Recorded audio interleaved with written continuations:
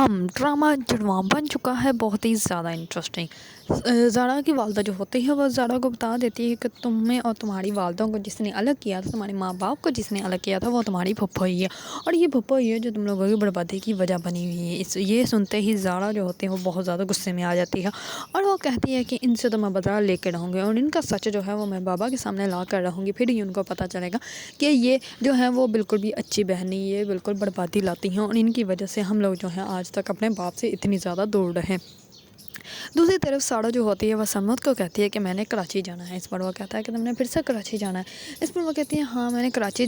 تو جانا ہی ہے، لیکن مجھے اس بات کی صرف ٹینشن ہو رہی ہے کہ نانا ابو جو ہیں وہ پھر سے پریشان ہو جائیں گے، وہ پہلے بھی اتنا زیادہ پریشان ہو گئے تھے۔ اس پر سرمت جو ہوتا ہے وہ کہتا ہے کہ تم اس بات کی ٹینشن مت لو، تمہاری ذمہ داری میں نے لی ہے، اور ویسے بھی نانا ابو نے جو ہے وہ مجھے کہا ہے کہ میں تمہاری ذمہ داری اٹھا سکتا ہوں، اور تم نے جہاں کہیں بھی جانا ہوگا تو تمہیں میں لے کر جاؤں گا، اور اگر تم نے کراچی جانا ہے تو میں تمہیں لے کے چلتا ہوں، اس بات کی تم ٹینشن چھوڑ دو۔ اس پر وہ کہتی ہے کہ ٹھیک ہے میں کراچی تو چلی جاؤں گی، لیکن زارا جو ہے پہلے زارا سے بات کرنی پڑے گی۔ دوسری طرف زارا کو اگر جیسے ہی کال کرتی ہے تو زارا جو ہوتی ہے وہ اس کو سب کچھ بتا دیتی ہے اور کہتی ہے کہ یہ سب کچھ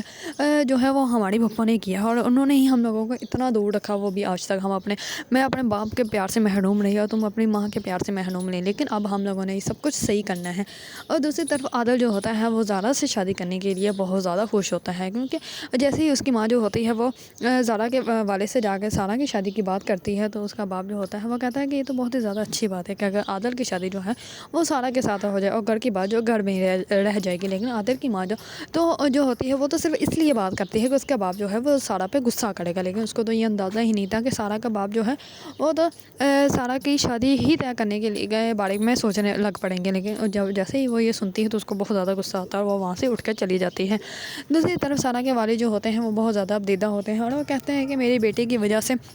آج ہم لوگ جو ہیں وہ اتنے قریب ہیں اور یہ صرف اور صرف سارا کی وجہ سے ہوا ہے، ورنہ تو ہم لوگوں کو سمجھ نہیں آ رہی تھی کہ ہم لوگ کیسے جی رہے ہیں۔ مجھے تو ایسے ہی لگتا تھا کہ جیسے میری جو بیٹی ہے وہ مجھ پر بوجھ ہے، لیکن اب مجھے احساس ہوا کہ میری بیٹی جو ہے وہ مجھ پر بوجھ نہیں ہے۔ اگر آپ لوگوں کو ڈرامہ جڑواں پسند ہے اور اس کے بارے میں نیو اپڈیٹ جاننا چاہتے ہیں تو میرے چینل کو لائک کمنٹ اینڈ سبسکرائب کرنا مت بھولیے گا۔